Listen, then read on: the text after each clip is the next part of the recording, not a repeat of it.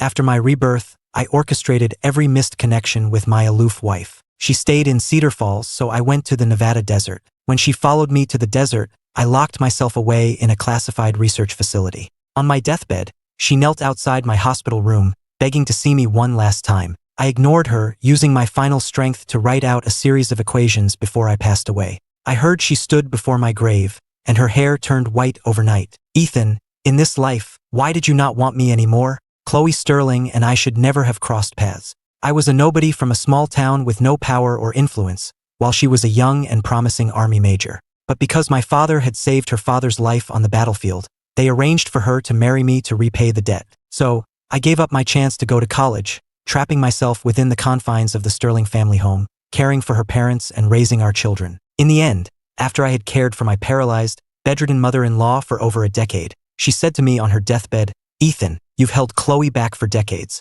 The Sterling family has repaid its debt. Let her go." Even my own son told me, "Dad, you're not good enough for Mom. Your arranged marriage is an outdated relic. You should step aside and let Mom and Uncle Julian be together." My sacrifices were so worthless in their eyes. After her parents passed away, I was the one who asked for a divorce. With my hair graying at the temples, I returned to my rural hometown alone. That night, a storm raged. The old house was in disrepair, and a wall collapsed. I was crushed to death beneath the rubble, ending a meaningless life. When I opened my eyes again, I was back on the day my mother's belongings were returned to me. Ms. Davis dedicated her entire life to this country. The nation will remember her contributions. But the project is not yet complete, and everything is still classified, so we cannot publicly honor her achievements. "Mr. Hayes, are you listening to us?" I snapped back to reality, my eyes reflecting the concerned faces of two soldiers. Ms. Davis suffered severe radiation exposure. We couldn't bring back her ashes.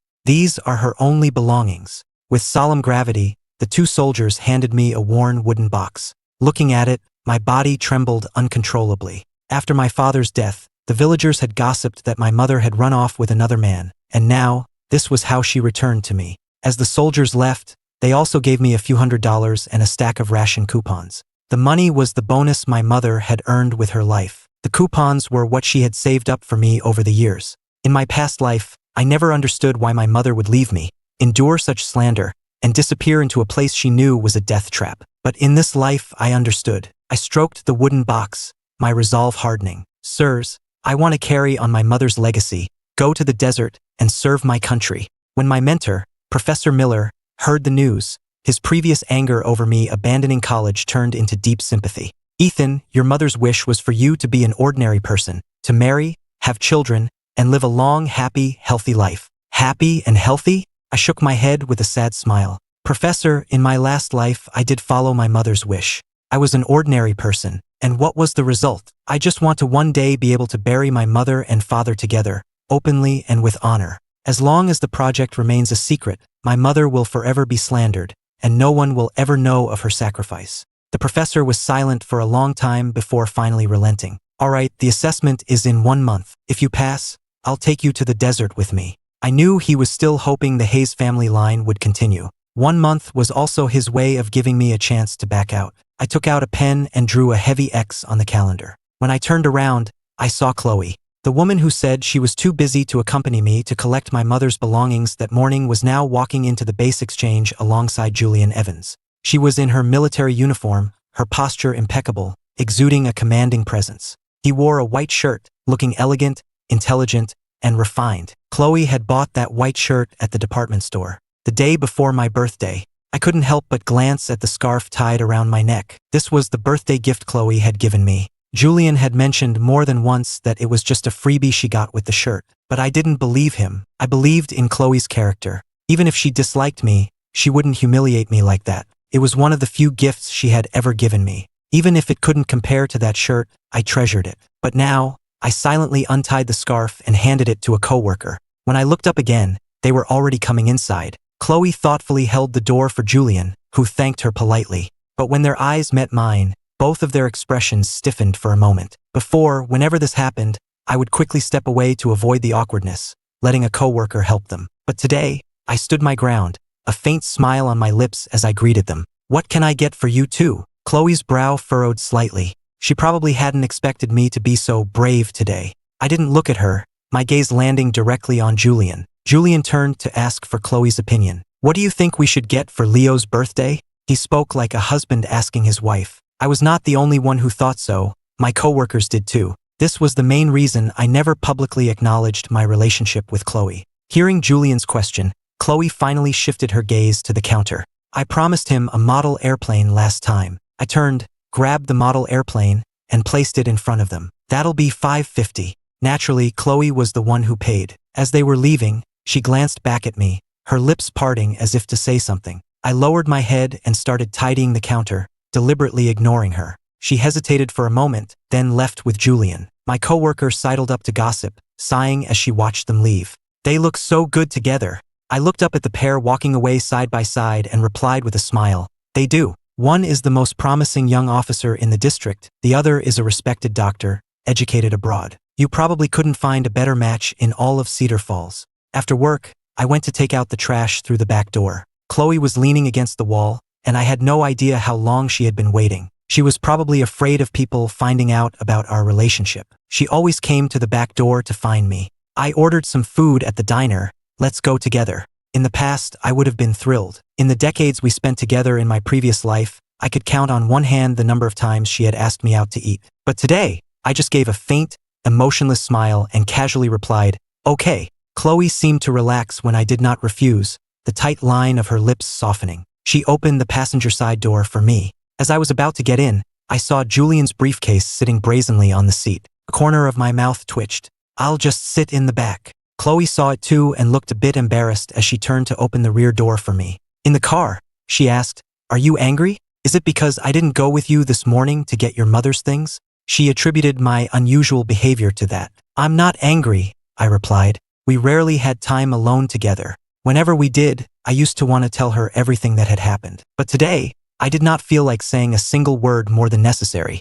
Chloe noticed my strangeness and continued to explain. This morning, one of Dr. Evans's patients passed away. He was devastated and scared, so I went with him. I promised Laura I would take care of her husband. It's also a task assigned to me by the army. I suddenly remembered my past life. When I got the notice to collect my mother's belongings, I was trembling with fear. I had grabbed her arm and asked if she could come with me. But my wife didn't even have the patience to hear me finish before she rushed off. In my last life, the thing Chloe told me most often was that there was nothing between her and Julian. She swore on her honor as a soldier that she would never betray me. But Julian always came before me. Even after our own child was born, Leo still took priority. When they went to the amusement park, our son was just the one who was occasionally brought along for the ride. It was pointless. Truly.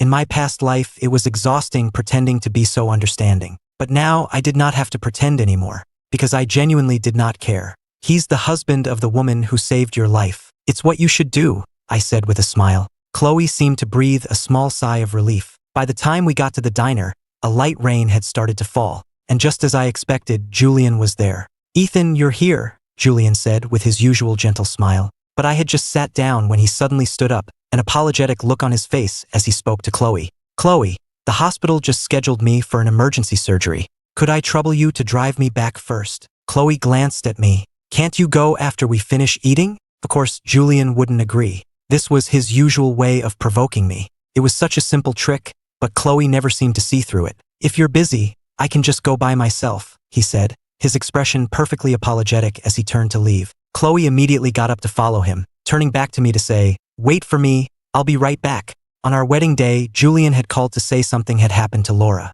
Chloe had left me standing alone at the altar, saying those exact same words. That day, I became the laughingstock of the entire military base. The other wives seemed friendly on the surface, but they whispered behind my back. When she returned 3 days later, her first words to me weren't, I'm sorry, but, Ethan, wait for me. I need some time to sort things out. That was supposed to be our long overdue wedding night. Instead, she moved into the guest room. Back then, I was naive enough to think she just hadn't recovered from the pain of Laura sacrificing herself for her, and I was willing to wait. It was only after Julian's repeated provocations that I understood what she needed to sort out. Julian was her first love. With Laura in the picture, she had been forced to give him up and marry me. But now Laura was dead. Julian was single again, and Laura had made Chloe promise to take care of him and their son for the rest of their lives. She needed to decide whether to choose me or him. I nodded. Chloe strode off to get the car. Julian's smile toward me finally betrayed a hint of smugness and contempt. It was as if he were saying,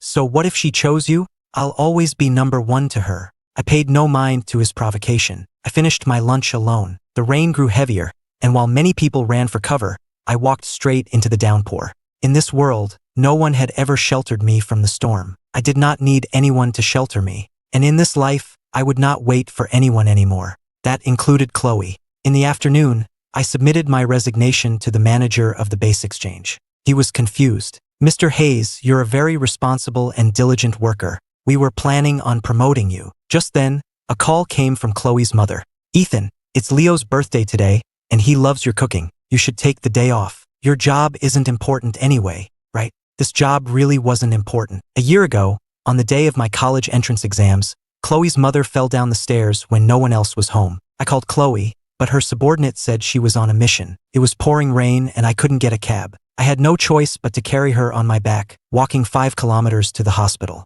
I missed my exams. I found out the next day that Chloe's mission had been to accompany Julian to the department store. He was the only doctor in Cedar Falls educated abroad, said to have mastered advanced Western medical techniques, and the higher-ups valued such talent. They did indeed require him to have protection, but it did not require Chloe to go personally. Any of her trusted subordinates could have handled that assignment. That was the first time she ever said, "I'm sorry" to me, and for that apology, I willingly gave up my chance to go to college. Later, the Sterling family pulled some strings to get me this unimportant job. My manager, hearing Chloe's mother on the phone, looked embarrassed, but more than that, regretful. She patted my shoulder like an elder. "It's understandable to make sacrifices for family, but don't just give up on your own career. People are pragmatic. Even those who love you will weigh your value in society." She had learned that lesson the hard way and didn't want me to make the same mistake. And hadn't I already lost a lifetime? Pang of sorrow hit me. "Thank you. I'll remember that." As I was leaving the base exchange with my things, a coworker ran out after me. "Ethan, you forgot something." I looked. It was the fountain pen Chloe had given me when we first married. In my last life, I carried it with me until the day I died. "I don't want it anymore. You can have it. You always liked it, right?" My coworker was delighted, and I had one less tie to my past. I returned to the Sterling house with my mother's belongings. Just as dinner was ready, Chloe and Julian walked in, holding Leo's hands. Seeing me in the kitchen, Chloe gracefully came over and took the dish I was holding. "Why were you gone when I came back this afternoon?" "You were busy. You don't need to worry about me," I replied. A flicker of emptiness crossed Chloe's face, and she paused for a second. Julian came in, smiling. "Ethan, let me help." "Okay." I handed him a platter. Just then, Chloe's mother came downstairs and rushed to take the hot dish from his hands. "Oh, be careful. Don't move. What if you burn yourself? These hands have to perform delicate surgeries," Julian said sheepishly. "I just saw Ethan was so busy." "It's fine," Chloe's mother laughed. "This is what he's for."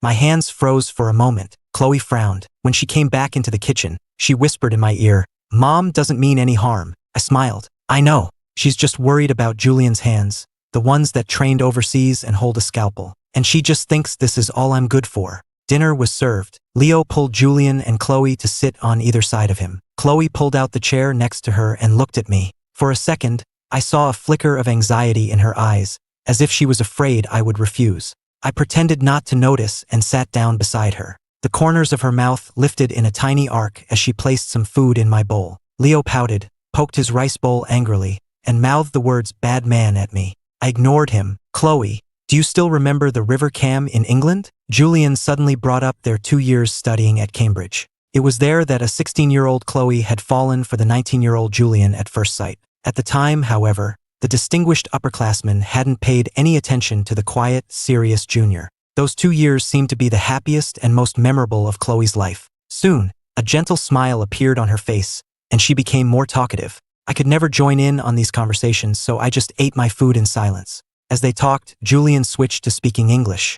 I knew he was doing it on purpose. He probably thought I was the only one at the table who couldn't understand. What they did not know was that 2 years ago, I was already helping Professor Miller translate English research papers. I just had no interest in such petty games of jealousy. It was just like how he always made a point of going to the base exchange with Chloe. It was awkward for me, true, but I was never afraid of him. I was only afraid that if my relationship with Chloe was exposed, it would damage her reputation. After all, the Sterling family had supported me for several years. I couldn't ruin their only daughter's life just because our marriage was unhappy. Julian's laughter filled the dining room. At every interesting point in his story, Chloe would watch him quietly, a gentle smile on her lips, a suppressed light shining in her eyes. It was not admiration. It was the way a woman looks at a man. Chloe's father cleared his throat loudly, interrupting their lively chat. "Eat your food." Chloe finally realized her behavior, turned to me, and put some more food in my bowl. I saw that familiar look of guilt in her eyes again. My stomach churned. I rushed to the bathroom.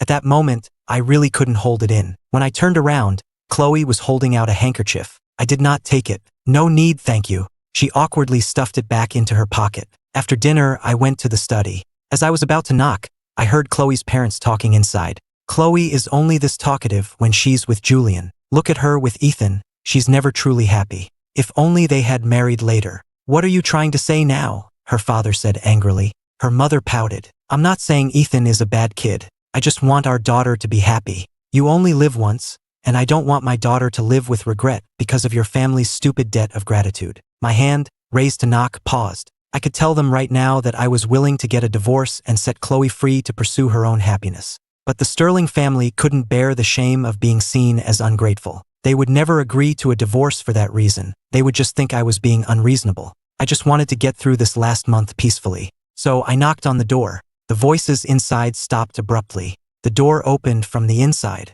Chloe's mother had an awkward smile on her face, unsure if I had overheard her. But my expression was serene. I no longer cared in the slightest what she thought of me. I told them I had quit my job to study for an exam. They assumed I was going to retake my college entrance exams and had no objections. Before I left, her mother took my hand, a hint of guilt on her face. "Ethan, when are you and Chloe going to have a child? Maybe with a baby, her focus will shift more toward home." This was her mother-in-law's advice to me. I nodded non-committally. I turned and bumped right into Chloe. Her body, firm and toned like a soldier's, went completely rigid, clearly uncomfortable. Only she and I knew that we had never taken that step. She must have heard what her mother just said. That's why she was so uneasy, unable to even meet my eyes. "Maybe," she began, the tips of her ears turning red, "I should move back into the master bedroom?" With just that one sentence, a blush spread all the way to her ears. I felt nothing. "Don't take what Mom said seriously." Her wandering gaze suddenly fixed on me. Don't you want to?" I looked at her without answering. She seemed to get angry, her cheeks flushing. Perhaps my silence had wounded her pride. After all, from her perspective, she was already being so magnanimous by being willing to be a real wife to me. And here I was, being so ungrateful. She stomped downstairs, leaving me with nothing but her angry back. I paid it no mind and turned to get my mother's belongings, ready to go back to my room. But the wooden box was not where I had left it. My heart skipped a beat, and I immediately went to find Leo. Just as I suspected, he had taken the box at some point and was now opening it, rummaging through the contents. I snatched it back. "Who said you could touch that?" Leo pouted and rolled his eyes. But when he caught sight of Chloe out of the corner of his eye, his lip quivered, and his eyes instantly filled with tears. "I'm sorry, Uncle Ethan. I thought it was a birthday present for me." For a 4 or 5-year-old child, he was quite the actor. Julian had certainly taught him well. Chloe couldn't bear to see her godson so upset. "What's wrong?" Tears streamed down Leo's face as he tugged on Chloe's sleeve. "Auntie Chloe, I made Uncle Ethan mad again. I'm sorry, I didn't do it on purpose." Chloe looked at me, her eyes tinged with reproach. I almost laughed at the little drama queen's performance. "It's all my fault. I'm sorry." I clutched the box and walked out. Chloe froze, a look of guilt washing over her face. She had practically raised Leo. She knew his tendencies. "Ethan, wait. I'll drive you." Auntie Chloe. Was he really going to let her go that easily? By the time she had calmed Leo down, I was already gone. Later that day, she called. "Ethan, do you want me to come home?" I held the receiver, finding it almost funny. Was that my decision to make? Never mind. She hung up before I could answer. I shook my head, wondering what she was upset about this time. I didn't see her for the next several days. I was used to this from my last life. I never asked where she was going. I pulled out the study materials Professor Miller had given me and started to review them. My first job had been helping out in his lab. He taught me so much back then and encouraged me to go to college and become his graduate student. Unfortunately, I had let him down. Now, picking it all up again, I quickly became engrossed. After I had marked off several more days on the calendar, Chloe returned. But she brought Leo with her. "Ethan, I'm back," she said, standing at the kitchen doorway. There was a strange light in her eyes, a hint of anticipation. I pretended not to notice, glancing at Leo who had made himself at home on my sofa. I'll make a couple more dishes. The warmth in Chloe's eyes faded, and a heavy atmosphere began to spread through the room. I'm hungry. I want spicy boiled fish, Leo yelled from the living room. I'll go buy some fish then, Chloe said, but she didn't move, as if waiting for me to stop her. I did not look at her. She swallowed hard, put on her coat, and left. Leo was watching TV in the living room. After a while, I realized I hadn't heard a peep from him, and a bad feeling crept over me. When I saw what was happening in the living room, I nearly had an aneurysm. Leo had found my mother's belongings in the bedroom. He was standing on the sofa with a pair of scissors, cutting the toys my mother had handmade for me to shreds, one by one. When he saw me, he gave me a defiant look and let go. The shredded remains of my mother's keepsakes fell into the trash can. I was shaking with rage as I yanked him off the sofa. Pick them up. I had never been so furious in my life. Leo flinched, then immediately started throwing a tantrum on the floor. You bad man, you yelled at me again. Believe it or not, I'll have Auntie Chloe kick you out. You're just a freeloader. What right do you have to yell at me? Wah, Auntie Chloe, the bad man is bullying me. As if on cue, Julian rushed in and shielded Leo. Why are you picking on a child? You didn't put your things away properly, and now you're blaming us when he touches them. You really are a bastard with no upbringing, no manners at all.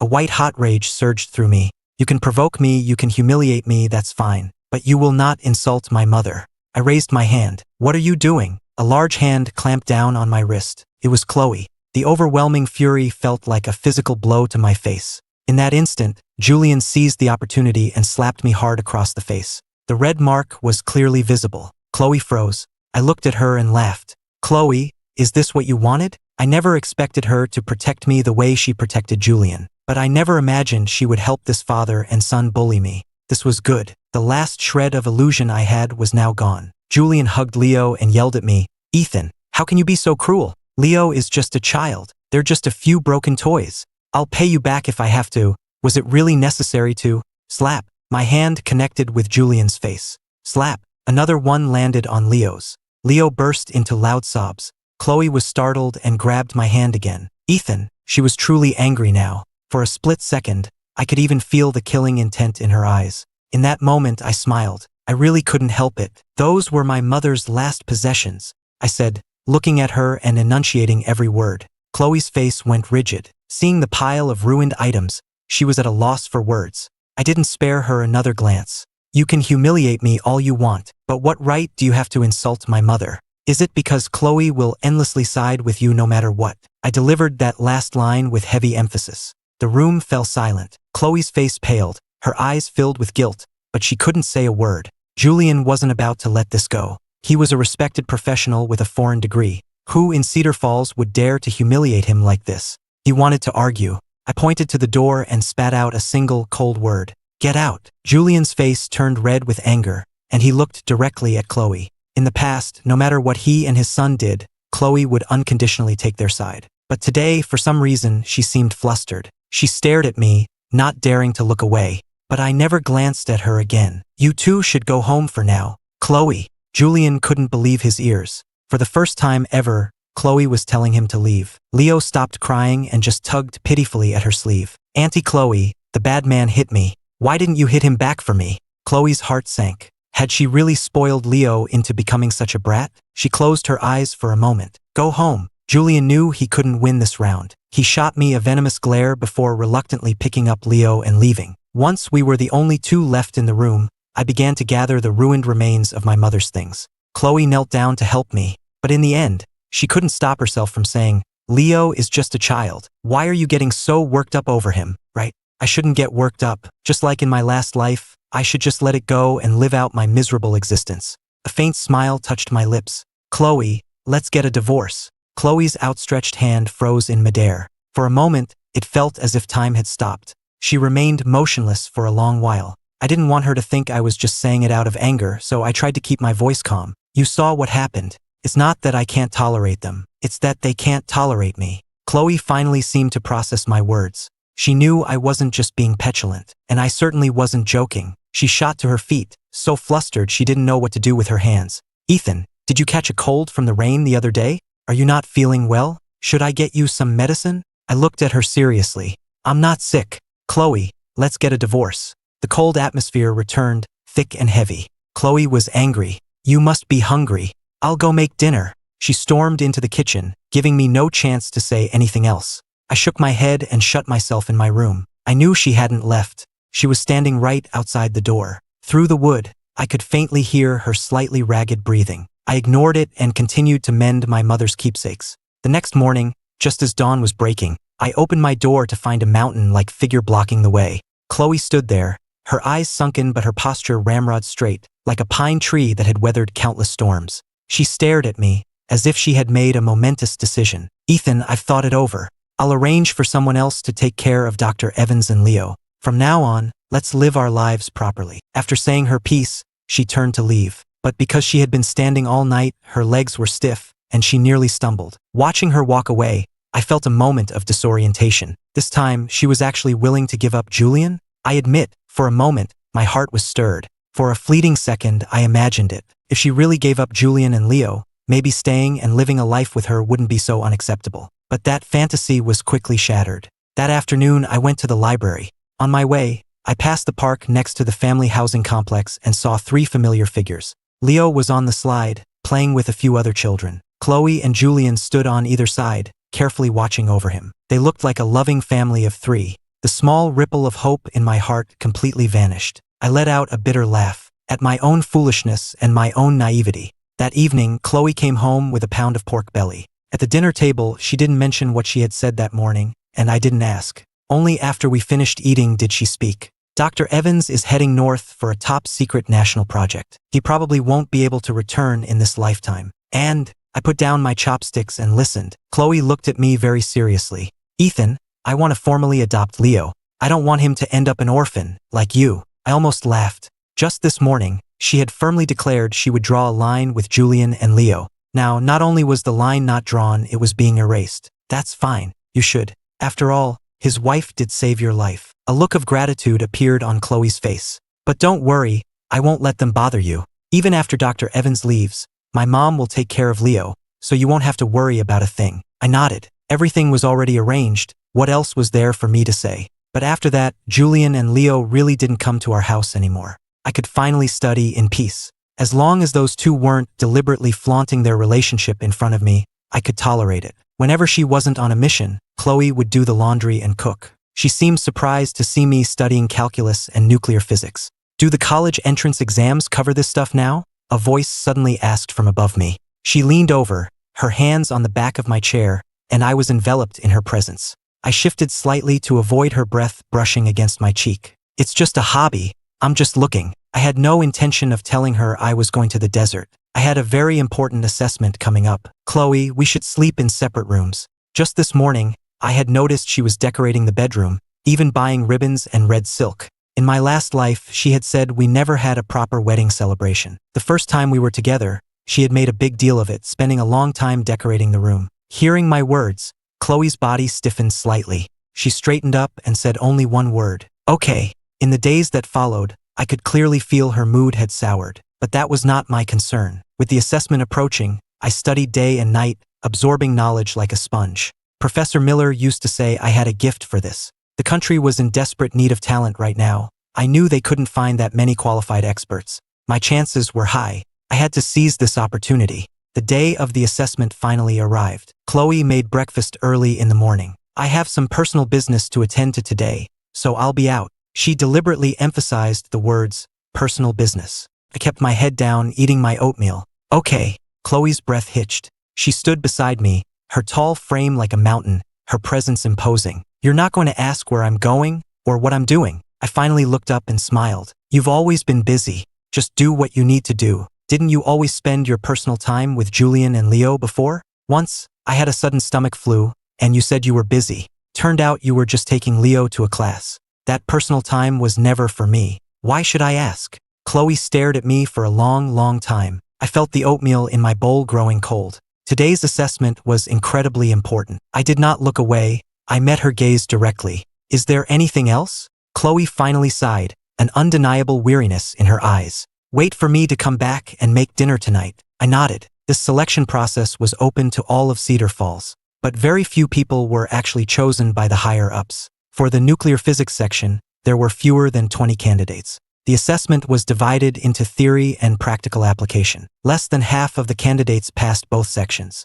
and I ranked first in both. Professor Miller looked at my scores, his brow furrowing deeper and deeper. I knew he wanted me to stay, for the Hayes family line to continue. But with my top scores, not choosing me would be a disservice to the country. Professor, I'm doing this voluntarily. The professor's eyes suddenly reddened, and he turned his back to me. I'm washing my hands of it. If you're really going, we leave in 3 days. Don't be late. I left with a smile. In the hallway, I passed a man in a white lab coat and another soldier. The man in the coat was complaining. What's the deal with this so-called medical expert from Cedar Falls? He failed basic pharmacology theory, and his practical skills are a disaster. Didn't you all talk him up like he was some kind of genius? You even assigned him a personal guard? I know you value talent, but not everyone with a foreign degree is the real deal. They passed by quickly, and I didn't catch everything. But I recognized the man in the lab coat. He was the leader of the medical team heading to the desert, a highly respected PhD who had also studied abroad.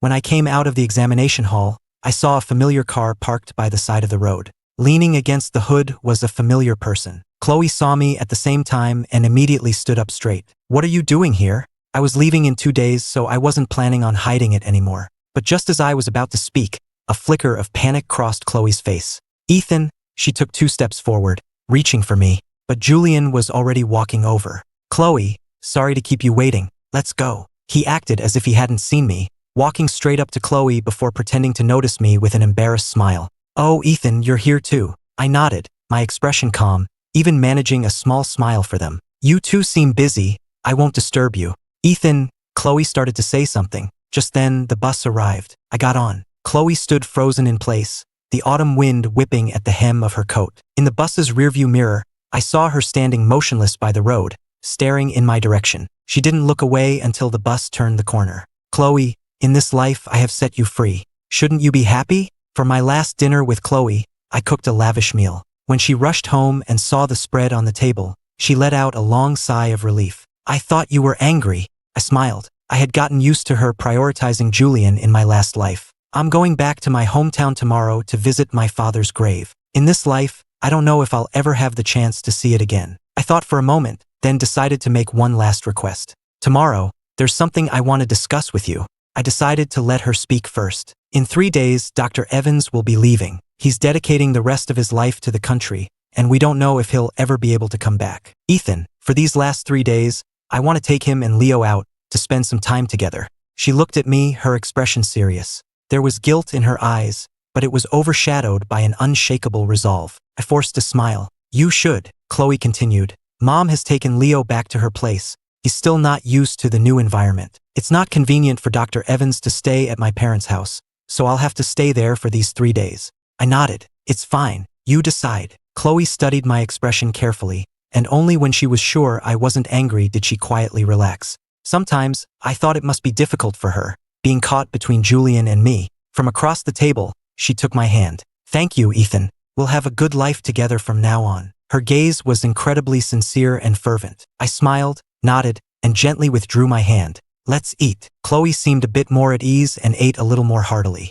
It wasn't until after dinner that she suddenly remembered. What was it you wanted to say earlier? I shook my head. It was nothing important. I won't trouble you with it. In my last life, the word she said to me most often was sorry. In this life, I truly did not want to hear it again. The next day, Chloe woke up very early. This was their last open date, and she probably cherished it and was eager for it to begin. There was a note on the dining table. Ethan, wait for me to come back.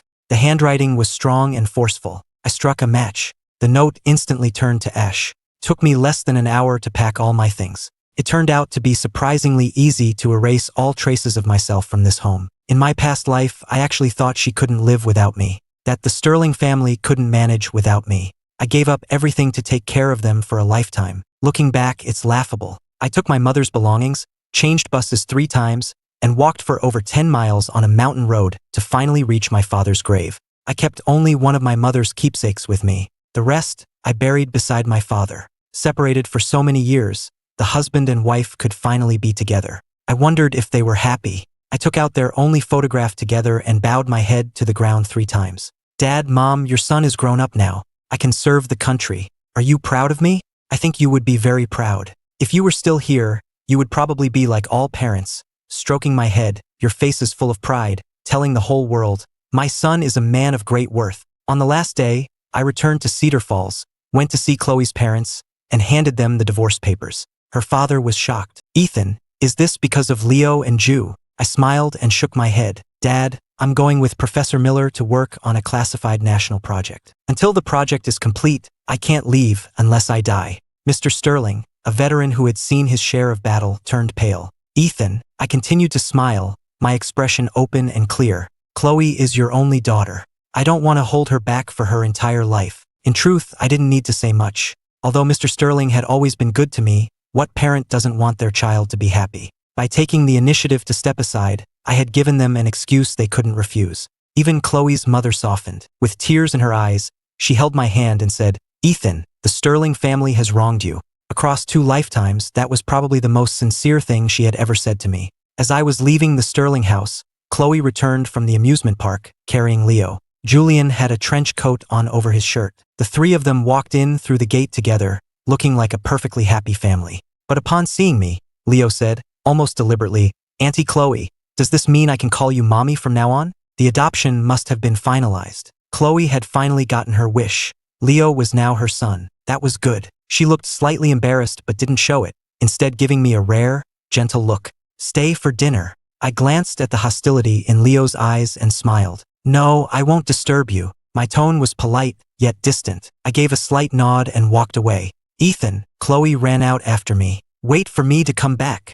I glanced at the father and son who had followed her out, their hostile glares unconcealed. I smiled and waved at her. Goodbye for good, Chloe. That night, I left for the desert with Professor Miller in a private car under military escort. I learned later what happened that night. Chloe had a dream. In the dream, every time she came home, the lean man would have a hot bath and a warm meal ready for her. He seemed to have a sixth sense, always knowing when she would be back and exactly what she needed. She also dreamed that every time she returned, victorious after cheating death, there was always a light on at home, illuminating her path. The thought of that meal, that dim lamp, and the person always waiting for her under its glow, gave her an infinite strength that helped her overcome every danger. In her dream, the moment she looked forward to most was opening the door. The man, his face calm and gentle, would softly say to her, "You're back." And with those 2 words, all the blood and sacrifice she endured felt worthwhile, because it was to protect him and people like him that she willingly faced danger. But in her dream,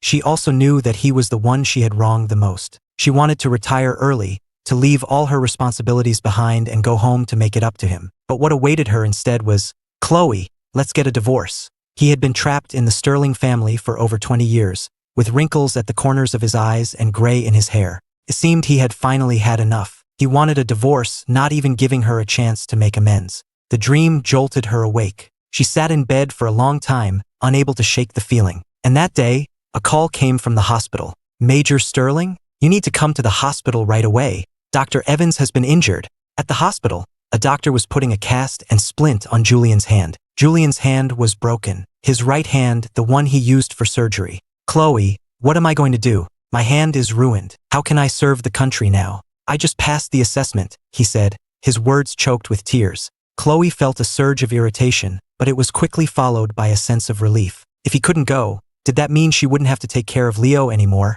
and Ethan wouldn't have to suffer any more injustices? But her mother arrived soon after and took Julian directly to the Sterling house. "Julian has injured his hand. He can't do laundry or cook. If we don't take care of him, who will? Besides, this is what you owe Laura, what our family owes Laura." And so Julian moved into the Sterling home. At dinner that night, Leo clapped his hands in delight. "Daddy doesn't have to leave. Now I can be with Daddy and Mommy Chloe forever." For some reason, Chloe felt a restless anxiety, as if she had lost something important but couldn't quite grasp what it was. Julian started talking about Cambridge again, about their wonderful time there. This time, however, Chloe was distracted. Her father couldn't stand it either. He put down his utensils and went upstairs. Julian froze. "Is it because of me?" "Just let him be," her mother said, being even more attentive than usual. Chloe had planned to go home that day, but Leo grabbed her hand and started to cry. Her father stood on the landing, taking in everyone's expressions, especially Julian's. "Dad, should I stay here tonight?" Her father's expression was cold. "You're a grown woman. Make your own decisions." Her father returned to his study, and so 3 days passed. During those 3 days, Chloe thought about calling home several times. But each time she picked up the phone, she didn't know what she would say to that man. Every time Leo called her mommy, she felt more and more on edge. Finally, when Leo called her mommy again, without the Chloe, she couldn't take it anymore. Dr. Evans, since you're not leaving, we should probably transfer Leo's legal guardianship back to you. Julian, who was bringing her a plate of fruit, turned pale. The plate fell, scattering fruit all over the floor. Leo burst into tears. Mommy, don't you want me anymore? Her mother, alarmed by the commotion, snapped, What's gotten into you? Causing a scene so early in the morning, looking at the screaming, crying Leo, the hurt and aggrieved Julian, and her own furious mother, Chloe felt an overwhelming exhaustion. I'm going home. When she got home, she noticed the note she had left for Ethan was gone. She assumed he must have seen it, and that he would be waiting for her, just as she had asked. But when she pushed open the door, the house was dark and cold. The light that was always on for her was gone. There was no familiar smell of cooking, and the man she longed to see was not there. Ethan? No one answered.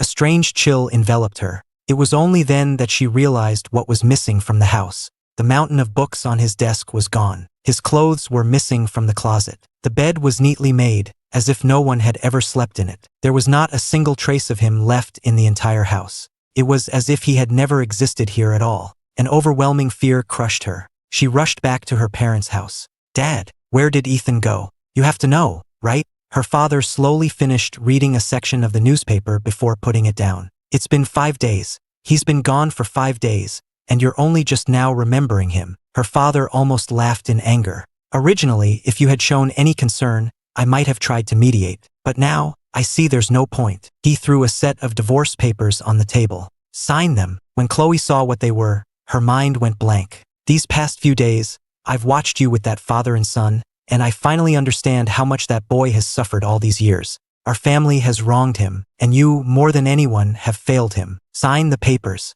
Let him have some peace. Chloe didn't know how she left the study. She stood at the top of the stairs, her mind a complete blank. Just then, she heard Leo's innocent voice from downstairs. Daddy, did I really get rid of that stupid man? Yay, now you can be with Mommy Chloe. All the things Mommy Chloe gave him, I either took them or broke them. When he got mad, I would just cry, and Mommy Chloe always took my side. I cut up that bad man's mother's things on purpose too. He told me not to touch them, so whatever he treasured, I destroyed. It's his own fault for not letting go of Mommy Chloe. Every word was like a knife. I was so scared he would have a baby and steal all the attention. But now it's great. I'll be the only little darling of the Sterling family. The words were so vile and shameless, coming from such a young child. In disbelief, Chloe walked down the stairs, step by step. She saw Leo, and she saw Julian, who was looking at his son with approval. Hearing the noise on the stairs, the two of them immediately fell silent. Leo ran over and hugged her leg. Mommy! The scene was so familiar, but looking at him, she could only think of another man. How deeply must his heart have been wounded for him to ask for a divorce with such finality. Julian walked over, smiling. Chloe, what's wrong? Leo wants you to pick him up. He acted as if it was her duty as a mother. But in that moment, Chloe finally understood. It was her own protection and indulgence of this father and son that had driven Ethan away, step by step. You've been trying to force him out all this time? Julian's face turned pale. Are you satisfied now? Chloe suddenly laughed, a bitter taste filling her mouth. I'm sorry. I'm the one who enabled you, who made you think you could walk all over him. She looked at Leo. Leo, you deliberately destroyed Uncle Ethan's mother's belongings. You still haven't apologized to him. Then she turned to Julian. Dr. Evans, you called Ethan a bastard with no upbringing. Don't you think you owe him an apology too? And then there was the slap. She would never forget it. That day, she had grabbed Ethan's wrist to stop him, only to give Julian the chance to slap him hard. At that moment, there was no pain in his eyes, no anger, only cold, mocking contempt. Chloe covered her face, not daring to think any further. How heartbroken, how disappointed he must have been with her. He was right to divorce her. She didn't deserve him. Just then, a military vehicle pulled up in front of the house. 2 soldiers got out and came straight inside. Julian Evans, correct? We're here to investigate the matter of your falsified credentials. Please come with us. Julian completely panicked. I didn't do it. You're framing me. Chloe, help me. Laura died for you. You promised her you would take care of me. Chloe turned and saw her father standing at the top of the stairs. In that instant, she understood everything. Her father had investigated and found out the truth long ago. In the end, To repay the debt, for the life Laura had given, and for the Sterling family's reputation, they pulled strings. Chloe sacrificed her own career to keep Julian out of prison. But Julian was still stripped of his special status and sent to a remote post in Alaska. Leo went with him, and Chloe, once a brilliant officer, was demoted to a regular non-commissioned officer and reassigned to guard duty at a remote base. 3 years later, in the Nevada desert, I saw Chloe again. By then, I had fully adapted to life there. The desert was harsh, with strong winds and difficult conditions. But for the future of the country, thousands of people had come, one after another, leaving behind their families, some even sacrificing their lives. I was one of them. Professor Miller had always said I had a gift for this work. I had given it up for my family. Now, throwing myself back into it, I quickly caught up to the professor's pace. That day, I saw her from a distance, guarding the base. She wore the uniform of a regular NCO, her posture still erect, but the confident swagger of her youth was gone. She spotted me immediately. Our eyes met, and it felt like a lifetime had passed. One of the junior researchers asked me, "Senior, do you know her?" I shook my head. I did not acknowledge her. Just like that day in the base exchange. In her current position, she was not authorized to approach me. Professor Miller told me the rest of the story later. Not only had Julian lost his special status, but he was also investigated for falsifying his credentials. If the Sterling family hadn't intervened, if Chloe hadn't sacrificed her career for him, he wouldn't have just been sent to Alaska. He would have gone to prison. The professor also told me that after Chloe found out I had left, she had turned Cedar Falls upside down looking for me. I knew what he wasn't saying. He wanted me to be happy, but he also wanted me to stay. I looked at the new strands of gray in the professor's hair and smiled. "Professor, I just want to be like you and my mother, and dedicate the rest of my life to my country." The professor said nothing, but I did see Chloe again. 10 years later, Professor Miller passed away from overwork, entrusting everything to me. After paying my last respects, I took over all of his responsibilities. The higher-ups assigned me a security detail and let me choose its leader. This time, Chloe could finally stand before me legitimately. She had scored the highest on the comprehensive assessment. I could see the urgency and longing in her eyes. But years of overwork had taken their toll on my body. After collapsing one day, I knew I was reaching the end. But it was okay. My mission was almost complete. I forced myself to sit up, asked a student for a pen and paper, and continued my calculations. "Let me in, Ethan. Please, I'm just begging to see you one last time." Outside my room, Chloe was frantic. "Colonel Sterling, calm down. Dr. Hayes is on the final step of his calculations. Every second of his remaining time is critical to the future of this country." Outside, it finally fell silent. My mind cleared a little. Almost there. Just a little more. The tip of my pen kept moving. Slowly but surely, it traced the final results in my mind. I had to pass on everything I knew to the next generation. After writing the last formula, I was finally content and I passed away. In this life, there was no love, but in the end, I had earned the word worthwhile. In my final moments, I thought I saw a space station rising into orbit, an intercontinental ballistic missile successfully launching, and a swarm of drones covering a battlefield. Our victories would no longer have to be built on flesh and blood. The sounds faded away. My spirit began to float. I saw my students kneeling, soldiers bowing their heads.